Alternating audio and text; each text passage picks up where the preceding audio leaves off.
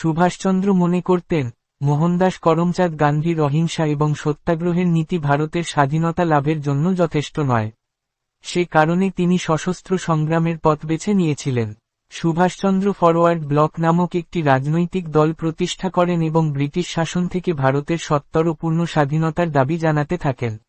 British কর্তৃপক্ষ তাকে 11 বার কারারুদ্ধ করে। তার চির অমর উক্তি, তোমরা আমাকে রক্ত দাও, আমি তোমাদের স্বাধীনতা দেব। দ্বিতীয় বিশ্বযুদ্ধ ঘোষিত হওয়ার পরেও তার মতাদর্শের বিন্দুমাত্র পরিবর্তন ঘটেনি, বরং এই যুদ্ধে ব্রিটিশদের দুর্বলতাকে সুবিধা আদায়ের একটি সুযোগ হিসেবে দেখেন।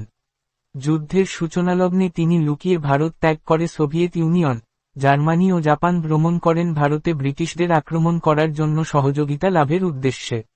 জাপানিদের সহযোগিতায় তিনি আজাদ হিন্দ ফৌজ পুনর্গঠন করেন এবং নেতৃত্ব প্রদান করেন। এই বাহিনীর সৈনিকেরা ছিলেন মূলত ভারতীয় যুদ্ধবন্দী এবং ব্রিটিশ মালয়, সিঙ্গাপুর সহ দক্ষিণ এশিয়ার অন্যান্য অঞ্চলে কর্মরত মজুর। জাপানের আর্থিক, রাজনৈতিক, কূটনৈতিক ও সামরিক সহায়তায় তিনি নির্বাসিত আজাদ হিন্দ সরকার প্রতিষ্ঠা করেন এবং আজাদ হিন্দ ফৌজের নেতৃত্বদান করে ব্রিটিশ মিত্রবাহিনীর বিরুদ্ধে ইম্ফল ও ব্রহ্মদেশে, বর্তমান মায়ানমার, যুদ্ধ পরিচালনা করেন।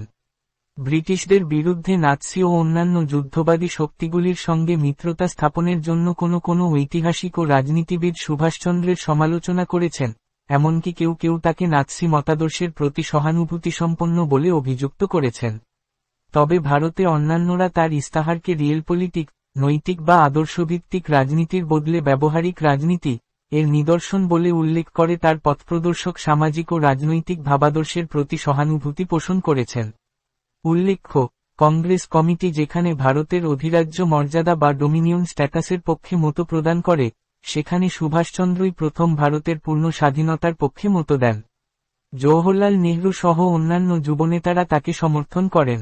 শেষ পর্যন্ত জাতীয় কংগ্রেসের ঐতিহাসিক লাহোর অধিবেশনে কংগ্রেস পূর্ণ স্বরাজ মতবাদ গ্রহণে বাধ্য হয়। ভগৎ সিংয়ের ফাঁসি ও তার জীবন রক্ষায় কংগ্রেস নেতাদের ব্যর্থতায় ক্ষুব্ধ সুভাষচন্দ্র গান্ধী আরউইন চুক্তি বিরোধী আন্দোলন শুরু করেন। তাকে কারারুদ্ধ করে ভারত থেকে নির্বাসিত করা হয়। নিষেধাজ্ঞা ভেঙে তিনি ভারতে ফিরে এলে আবার তাকে কারারুদ্ধ করা হয়। 1945 সালের 18 আগস্টে জাপান শাসিত তাইওয়ানে একটি বিমান দুর্ঘটনায় আগুনে দাহ হয়ে সুভাষচন্দ্রের মৃত্যু হয়েছিল বলে মনে করা হয়, তবে উপযুক্ত কোনো প্রমাণ পাওয়া যায় না। অনেকেই এই বিমান দুর্ঘটনার বিষয়টি বিশ্বাস করেনি, কারণ তারা ভারতের স্বাধীনতা রক্ষার জন্য